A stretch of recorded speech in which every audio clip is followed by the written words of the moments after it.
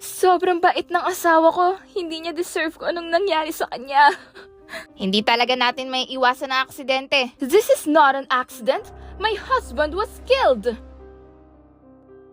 Siya si Gloria Lazaro, 2 taon na ang kapitbahay ng mga Villafuerte, 1 taon ng kasal sa namayapang Don Quijado, at ang chismis ay, ano ba yung suot niya? Pupunta ba siyang libing o party? Balita ko, lahat ng yaman at ari-arian ni Don Quijado sa kanya mapupunta. Walang iniwan sa dating pamilya? Wala! Ang damot naman niya sa mga totoong anak niya.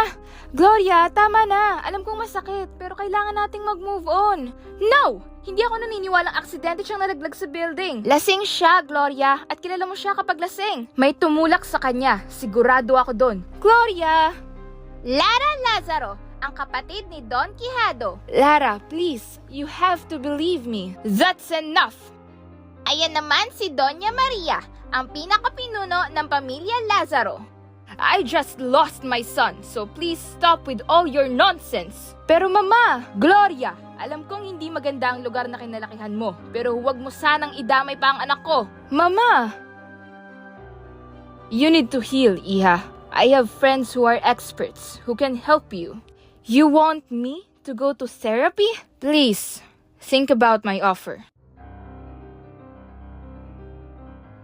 I know what I saw! Uminom ka muna ng tubig, oh.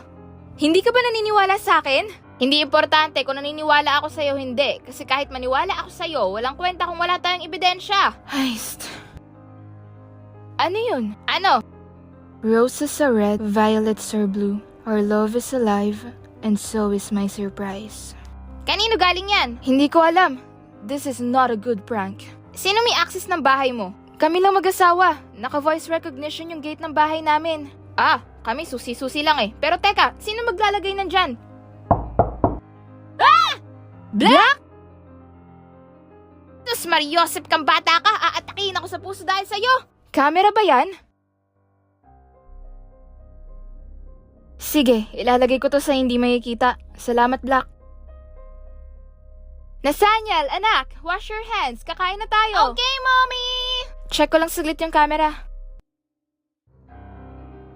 Quijado? Dada!